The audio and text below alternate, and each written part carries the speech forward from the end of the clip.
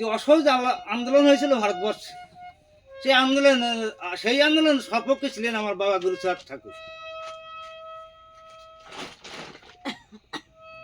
1835 সালে কলকাতা অ্যালবার্ট হলে অ্যানোসেসরিতে যে সভা হয়েছিলেন, সেই সভায় সভাপতিত্ব করেছিলেন নেতাজি সুভাষচন্দ্র বোস।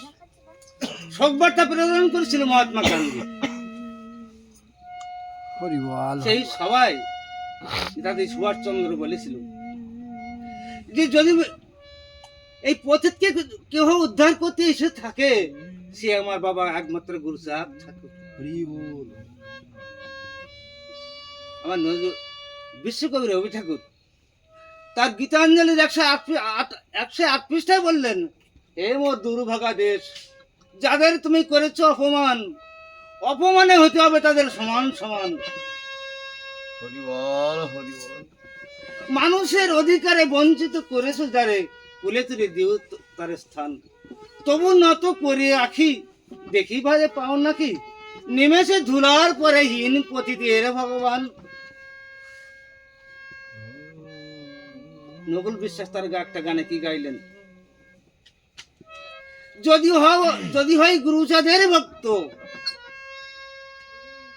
বুকের তাজা রক্ত ঢেলে দিলে ওরা কান্দি কোনো দিন, তবু শোধ হবে না আমার গুরুচাঁদের ঋণ।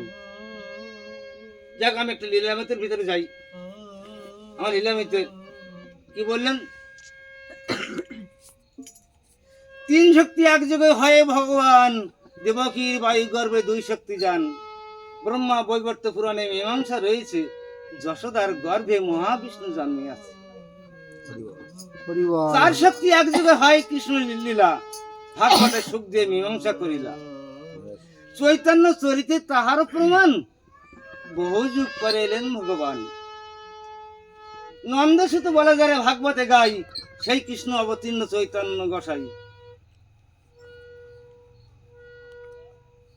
আমার নিমাই, আমার গৌর সুন্দর দিন চলে যাবে, শশী কথা বুঝতে পারলেন, তাই নিমাইকে ডেকে বললেন, ছেড়ে যদি যাবি বাসারে নিমাই, তোকে রাখিবার সাধ্য নাই। সেদিন আমার গৌর বলেছিল, তোমাকে ছাড়িতে মাতা সাধ্য কি আমার, তবে গর্ভে জন্ম নেব আরো 2 বার। শেষ জন্ম নেব আমি ঐশান্য কোণে, মাথায় এই জীব মোর হরি নামে। মায়ের কাছ থেকে বিদায় নিয়ে, এটা চৈতন্য ভাগবতের বৃন্দাবন দাস কবিরাজের লেখা চৈতন্য সন্ন্যাস কাণ্ডে দেখবেন। যখন ওখান থেকে মায়ের কাছ থেকে বিদায় নিয়ে যাচ্ছে, ভক্তরা বেড করছে।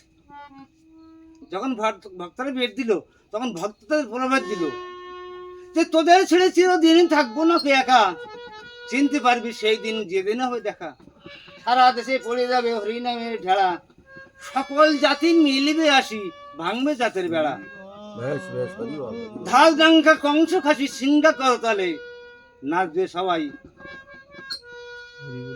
হরি, নাচবে সবাই একসঙ্গে হরি বলে, নাচবে তালে তালে।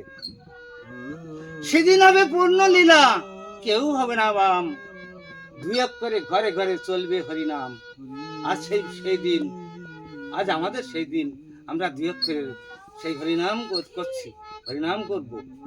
যদি মহাভারতের ভিতরে যাই, 18,000 শ্লোকের সর্বপ্রথম শ্লোক দেখবেন, 25 পৃষ্ঠা আছে। সর্বশাস্ত্রের বীজ হরিনাম, মহামন্ত্র 2 অক্ষর, আদি অন্ত নাই যার বেদে অগোচর। যাক, আমি ওদিকে যাব না, আমি আর ছোট্ট একটা আলোচনা করবো, ছোট্ট একটা আলোচনার পরে আমি শেষ করব। আমার মহারাষ্ট্রের ভিতরে রামকৃষ্ণ নামে একজন গোসাই ছিলেন, হরিভক্ত। তার দলবল নিয়ে এমনি করে বাড়িটা ছিল 82-তে, 62-র ওপর দিয়ে যাচ্ছে হরিনাম করতে একটা হরিবাসরে। যখন যাচ্ছে, প্রতিমধ্যে এক বাড়িতে তার একটাই মাত্র ছেলে, রাত 2টোর সময় স্বপ্নগতে মৃত্যু হয়। যখন মৃত্যু হয়, কান্নায় ভেঙে পড়ে সমস্ত বাড়ির লোক। রাত প্রভাত হয়ে গেছে, সকাল 10টার সময় কৃষ্ণ গোসাই ভক্তদের নিয়ে জয় হরি বল গৌর হরি বল বলতে বলতে রাস্তা দিয়ে। তখন একজন দেখে বলছে যে আগে মতুয়ারা নাকি মরা মানুষ বাঁচাতে পারে, একবার চেষ্টা করে দেখ না বাঁচে নাকি। যখন সেই বাড়ির সামনে গেছে তার মা বাবা আসল পিঠে রাস্তায় দাঁড়িয়ে, এ বাবা আমরা শুনেছি, অনেকের মুখেই শুনেছি যে মতুয়ারা মরা মানুষ বাসায়, একবার আসেন না আমাদের বাড়িতে। আমার ছেলেটা রাত 10টা রাত 2টোর সময় স্বপ্নঘাতে মৃত্যু হয়েছে।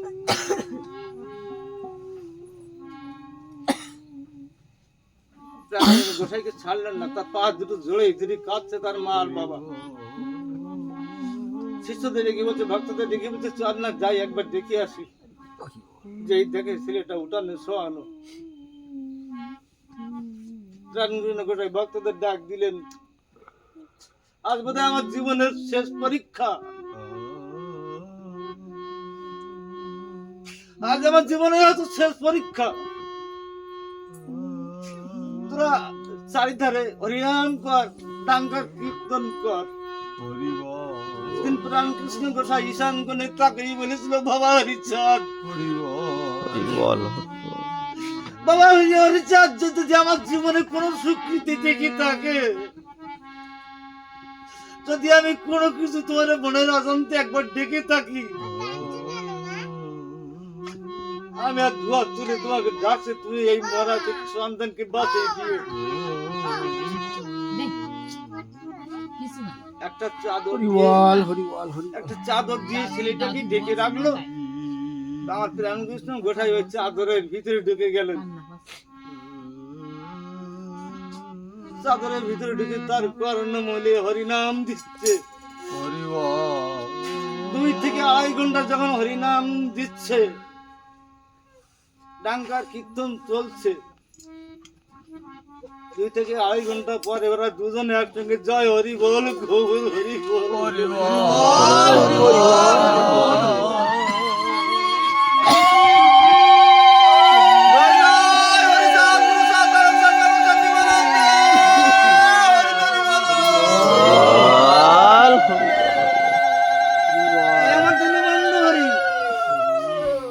দীনবন্ধু হরি, আমার কাঙালের ঠাকুর, হরি বলো হরি বলো।